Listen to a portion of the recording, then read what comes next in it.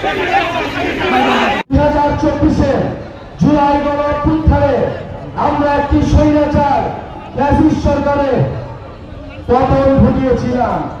আমরা একটা নতুন রাজনীতির উদ্দেশ্যে সংগঠিত হয়েছি। আমরা আপনাদের কাছে এসেছি যে আমরা গণঅভ্যুত্থানের পরে রাজপথ থেকে সরে যাইনি, আমরা রাজপথে আছি, আপনাদের অধিকারের জন্য লড়াই করছি। এই পঞ্চগড় বাংলার এই দাবিদের উত্তরের দরজা, উত্তরের অদম্য পাহারাদার। কিন্তু আমরা দেখি এই সীমান্তে ভারতীয় বিএসএফ দ্বারা আমাদের বাংলাদেশিদের নির্মমভাবে খুন করা হয়।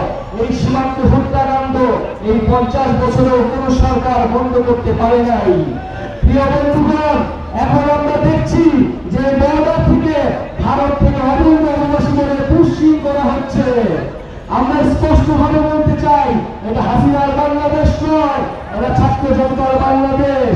যদি পাঠাতে হয় সেই শেখ হাসিনা এবং আওয়ামী ফ্যাসিস্টদের বাংলাদেশে পাঠান, আমরা এই জুলাই গণঅভ্যুত্থানের বিচারের আওতায় তারা নিয়ে আসবো।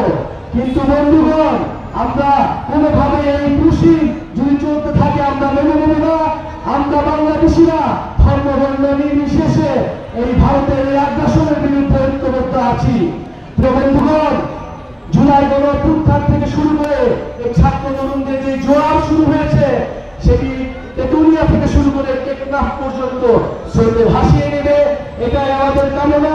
ইনশাআল্লাহ আমরা আগামী সংসদ নির্বাচনের আগেই আমরা বলেছি একটি নতুন সংবিধান এবং এই জুলাই গণঅভ্যুত্থানের বিচার এবং রাষ্ট্রের মৌলিক সংস্কারের মধ্য দিয়ে আমরা বাংলাদেশের গণতন্ত্র নিশ্চিত করব।